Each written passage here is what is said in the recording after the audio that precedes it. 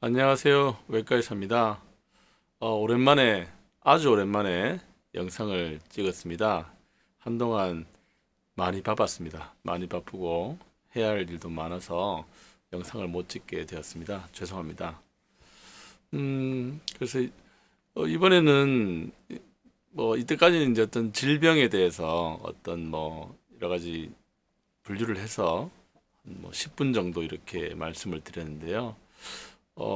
대충 제가 하는 여러 가지 질환에 대해서 많이 말씀을 드린 것 같아서, 자꾸 또, 비슷한 얘기 하면은 또 길어지고 이런 것 같아서, 이제는 조금 짤막짤막하게 어떤 제가 그 진료하는 환자분들 경험에 대해서 짤막짤막하게 어떻게 영상을 제작해서 올리도록 하겠습니다.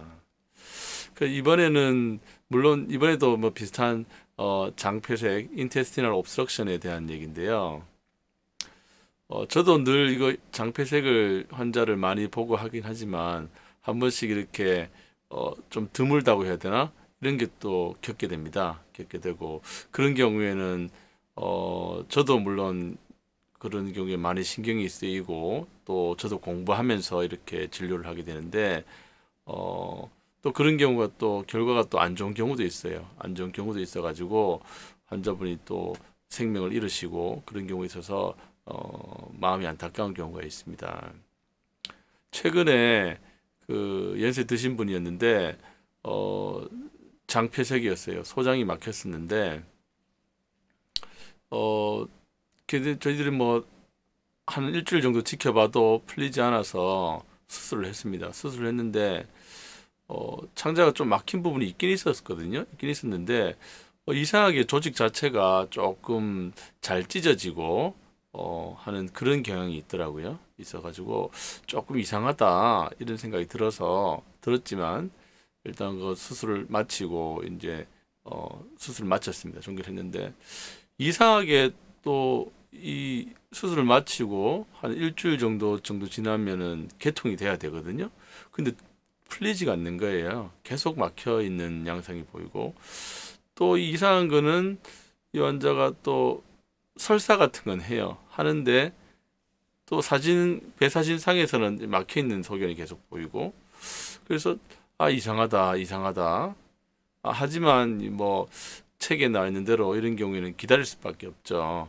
이 환자 창자가 막혀서 나빠지는 그런 안 좋은 그런 혈압이 떨어지거나 이런 그런 게 없었기 때문에 좀 지켜봤습니다. 책에는 이렇게 수술하고 또 이게 막힌 게 오는 경우에는 한 4주 정도 기다려 보라고 하죠. 이런 경우에 상당히 이제 곤혹스럽습니다. 장폐색이 와서 기다렸다가 앉아서 장폐색을 풀어주는 수술을 했는데 계속 막혀 있는 경우 이렇게 되면 어, 의료진도 상당히 곤혹스럽지만 환자나 가족들도 상당히 마음이 아프고 어찌 보면 또 의료진에 대한 신뢰도 떨어지게 됩니다. 이게 수술을 했으면 나아야 되는데 수술을 했는데 그 원인이 그대로 유지된다 그러면 얼마나 답답하겠어요. 그죠? 그래서 이제 드물게 장폐색을 수술하고서도 장폐색이 계속 남아있는 경우가 드물게 있습니다. 이런 경우가 상당히 곤혹스러운 경우인데 그런 곤혹스러운 경우를 이번에 맞이했어요. 맞이해서 그래서 몇 주 정도 지켜봤는데 계속 이제 풀리지 않는 거예요. 풀리지 않고서 그래서 이제 결국 4주 정도, 6주 정도 채워서 그래서 풀리지 않아서 재수술을 했거든요. 했는데 역시나 또 창자가 늘어나 있고 막혀 있는 소견이 보였는데 그래서 이번에는 조금 조직 검사를 조금 나갔거든요. 조직 검사를 조금 나갔는데 거기서 이제 수술을 이제 마치고 또 환자를 이제 좀 지켜보고 있는데 거기서 조직 검사 결과에서 아밀로이드시스라는 유분전증인가 하여튼 그런 좀 드문 병이 발견이 됐어요. 왠지 처음부터 수술할 때 조직 자체가 조금 찢어지는 경향이 강하고 퍼석퍼석하다고 해야 되나? 그런 경향이 있었는데 역시나 그런 전신질환 아밀로이드라는 단백질이 침착되는 그런 질환인데요. 요거는 악성인 경우도 있습니다. 그래서 그런 드문 병 때문에 이 장폐색이 계속 낫지 않고 또 꽉 막혀 있는 것도 아니고 방구도 나오고 설사도 하긴 하는데 그래도 잘 뚫리지 않는 그런 가성장폐색이라고 하는 그런 말도 쓰는데요. 가성장폐색의 형태로 계속 이제 남아있는 그런 경우였습니다. 그래서 물론 이 환자분은 결국 이제 식사가 잘 되지 않고 수술 2번이나 한 상태에서 식사가 잘 되지 않고 하니까 결국은 이제 이런 희귀한 병으로 돌아가셨는데요. 참 안타깝고요. 다만 이게 수술 전에 이런 희귀한 병이 있다는 것을 뭐 알았더라면 뭔가 이 병으로 해서 막힐 수 있다는 걸 또 유추해 볼 수 있었는데 이분은 이제 전에 그러한 병이 이제 진단된 적이 없어가지고 이번 첫 진단이죠. 첫 진단된 상태에서 이게 장폐색이 이제 발견되면서 이 병이 진단된 거예요. 이런 경우에 좀 드문 경우고 어르신으로서도 상당히 이제 곤혹스러운 경우이기도 하죠.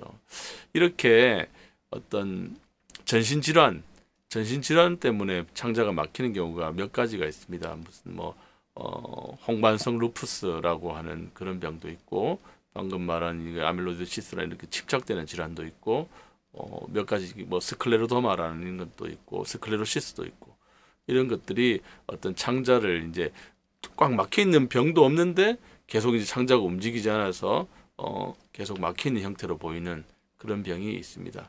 그런 경우는 저도 이제 전신성 홍반성 루푸스 때문에 창자가 막힌 경우는 한두 번 경험했거든요. 경험했는데 역시나 이제 잘 수술해도 잘 낫지 않고 계속 그게 남아 있다가 안 좋아지는 경우가 있습니다. 그래서 이런 전신 질환과 연관되어서 생기는 장폐색이나 가성 장폐색은 예후가 수술해도 결과가 좀 좋지 않다는 게 제 경험인 것 같아요.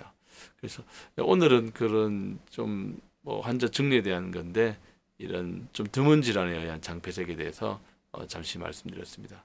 감사합니다.